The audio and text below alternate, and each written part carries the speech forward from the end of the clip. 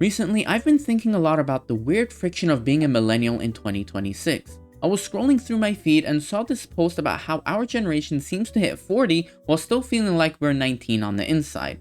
It made me laugh at first, but the more I sat with it, the more I realized it is a very real phenomenon. We're often labeled the Kidult generation. We're the ones buying the high-end Lego sets and wearing the same band shirts we owned in 2005, and still trying to figure out what we want to be when we grow up, even though we are already squarely in middle age. There's this collective hesitation to step into the traditional role of a senior adult because that role looks so alien to our actual lived experience. There's a sense that we're stuck in a state of arrested development, but if you look at the landscape of 2026, it is clearly not just a personality quirk. It is a biological and economic survival mechanism. According to the US Census Bureau's 2025 working paper on adulthood milestones, less than a quarter of people aged 25 to 34 have reached the traditional markers of adulthood, like moving out and getting married and having kids. Back in 1975, that number was nearly 50%. We're the first generation to age without maturing in the way the history books say we should. But before people call us Peter Pan, they need to look at the cold, hard math of our reality. In 2026, being a grown-up is a luxury service that many of us simply cannot afford. We're not staying young because we're lazy or nostalgic for the sake of it. We're staying young because the adult world is currently closed for renovation and the entry fee is staggering. We're living in this strange middle ground where our bodies are aging, but our lifestyles are frozen in time. It creates the specific type of millennial anxiety where you feel like you're pretending to be an adult every time you go to a meeting or file your taxes. We're the generation that turned adulting into a verb because to us, being an adult feels like a performance rather than a natural state of being. We're constantly checking our own progress against a timeline that was built for a completely different economic reality. It is exhausting to feel like a teenager with a mortgage, or even worse, a teenager with 3 roommates and a master's degree. This feeling of being stuck isn't just in your head. It is a reflection of a world that has made the standard path to maturity almost impossible to navigate without a massive amount of external help. If you want to understand why we're not growing up, you have to look at the actual data behind our net worth, and it is not a pretty picture. A January 2026 report from KPMG International titled The Wealth and Debt Landscape analyzed birth cohorts and found that the average millennial household is carrying $460,000 in total debt. Now I know what you're thinking because I thought it too. Most millennials can't even afford a house, so how is that number so high? When you look at the breakdown from that KPMG report, it becomes clear that we are a generation split in two. For the roughly 52% of millennials who have managed to buy a home, that $460,000 figure is almost entirely mortgage debt. They're technically homeowners, but they're carrying the highest average debt of any living generation because they bought at peak prices with 2025 interest rates. They aren't building wealth, they're servicing a massive liability. But for the other half of millennials, the ones who are renting or living at home, the debt anchor looks different, but it is just as heavy. Experian's late 2025 debt study shows that for millennials without a mortgage, the non-housing debt has surged. We're looking at an average of $33,000 in student loans combined with a 15% increase in credit card balances over the last 2 years, as we use credit to cover the rising cost of groceries and utilities. We're also carrying an average of $22,000 in auto loans because the price of a used car has stayed artificially high. So whether you have a house or not, you're likely carrying a debt load that is 5 to 10 times your actual liquid savings. In some cases, it's even worse than that. I know millennials personally with over $100,000 in debt and less than $100 in savings. It is hard to feel like an independent adult when your financial foundation is built on a mountain of high-interest obligations that limit every single choice you make. It turns every career move into a high-stakes gamble instead of a natural progression.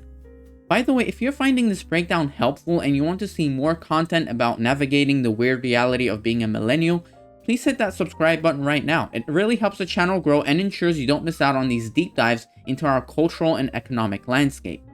This economic reality has forced us to find joy in smaller and more accessible things. If you cannot afford a suburban house with a white picket fence, you might spend that extra $50 on a designer plush toy or a video game. It is a way to reclaim some sense of control over a world that feels increasingly out of reach. We're not choosing toys over houses, we're choosing toys because the houses have been bought up by investment firms and the small wins are the only ones left on the table. It is a micro-rebellion against a macro problem that we didn't create. We grew up with a very specific script for how life was supposed to go. You graduate, you get a job, you get married, and then you buy a house. But that script has been completely shredded. A 2025 report from Coldwell Banker American Dream Study found that 71% of aspiring homeowners are delaying major life decisions like having kids or getting married until they can actually afford a home. For a lot of us, home ownership has become the starting line for adulthood rather than the reward for it. This delay has created a massive cultural shift in how we perceive time and progress. Since we're not hitting those traditional milestones, we're essentially making up our own to fill the void. We're living in a world where the old metrics of success just do not apply to our current conditions. We celebrate pet birthdays and we treat our friend groups like our primary family units because the traditional structures are failing us. The Stanford Institute for Economic Policy Research noted in a 2026 brief that affordability is the #1 concern for consumers leading into the midterms. When you can afford the big things, you start to overinvest in the small things. In 2026, if you're waiting for a house to start your life, you're going to be waiting until you're 50. We have to stop measuring our growth by the things we own and start measuring it by the lives we are actually living. Your adult status is not determined by a mortgage, it is determined by your resilience in a world that was simply not built for you. We're learning that the American dream was more of a temporary economic anomaly than a universal law. This shift in milestones means we are living in a prolonged state of youthfulness that previous generations didn't have the luxury of experiencing. They were forced into the roles of parents and homeowners by their mid-20s, which meant they had to put away their hobbies and their personal interests much sooner than we have. We're the first generation that has been allowed or perhaps forced to keep our curiosity alive into our 30s and 40s. While that comes with a lot of economic stress, it also comes with a unique kind of freedom. We're redefining what it means to be a middle-aged person. We're proving that you can be a responsible professional and still care about the things that make you feel alive when you were younger. We're trading the picket fence for a sense of self that isn't tied to a piece of real estate or a specific neighborhood. There's a whole massive industry built around our refusal to grow up, and they call it Kidulting. Market research reports from early 2026 show that the global market for toys and collectibles is expected to hit $20 billion by 2028. Brands like Lego, Jellycat, and Funko are thriving because they offer us something the adult world currently doesn't, which is nostalgia and comfort. Psychologically, this is a direct response to extreme stress. The 2026 Youth Pulse report from the World Economic Forum found that financial strain and deepening inequality are the leading sources of stress for our generation. When the future looks terrifying and the present looks sterile, we look for the past for a sense of safety. It is a way for us to ground ourselves when the world feels like it is moving too fast. Nostalgia is not just a trend, it is a form of self-medication. We surround ourselves with the things that made us feel comfortable when we were 10 because the world at 40 feels incredibly unsafe and unpredictable. Kidulting is not a sign of weakness, it is a sign of survival. In 2026, when the world feels like it is on fire and your rent is doubling every year, a $50 Lego set is the cheapest therapy you can buy. We're not trying to be children, we're trying to remember what it felt like to be hopeful and to have a sense of wonder. If that makes us immature in the eyes of society, then maybe maturity as they define it is completely overrated. We're finding beauty in the things that the previous generations threw away as childish, and that is actually a massive cultural achievement. I think we need to stop being ashamed of the things that bring us joy. If you're 30, 40 years old and you still have comic books or video games, that does not mean you haven't grown up. It means you've managed to keep a piece of yourself alive in a world that tries to crush your spirit every single day. The real immaturity is judging someone for how they find peace in a chaotic and difficult decade. We're building a culture where it is okay to be an adult who still plays and still wonders. That is actually a huge psychological breakthrough. We're breaking the cycle of the miserable adult who hates their life and their hobbies because they think they have to act their age. We're choosing to be happy in the ways that actually work for us.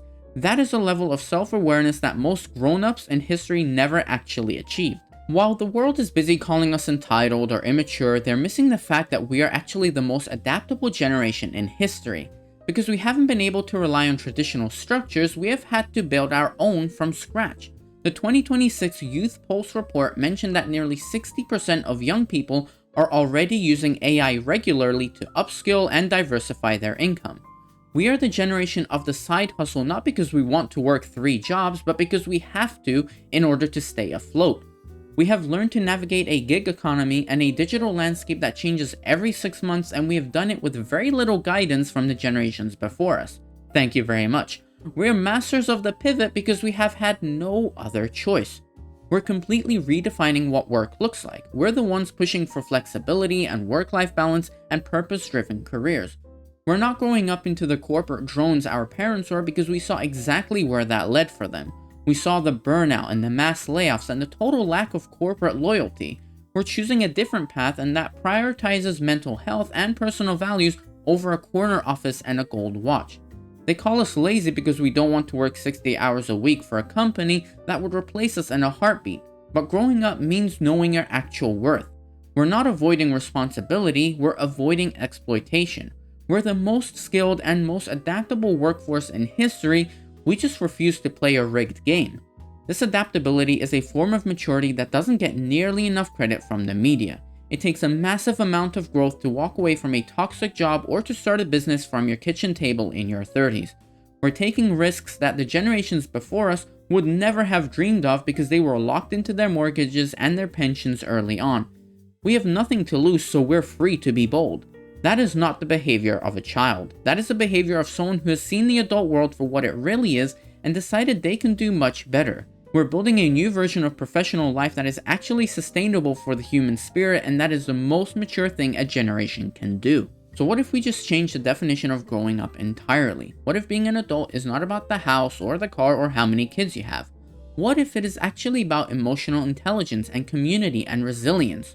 We're the generation that normalized therapy and mental health days. We're the generation that is fighting for climate action and social justice with a level of intensity that hasn't been seen in decades.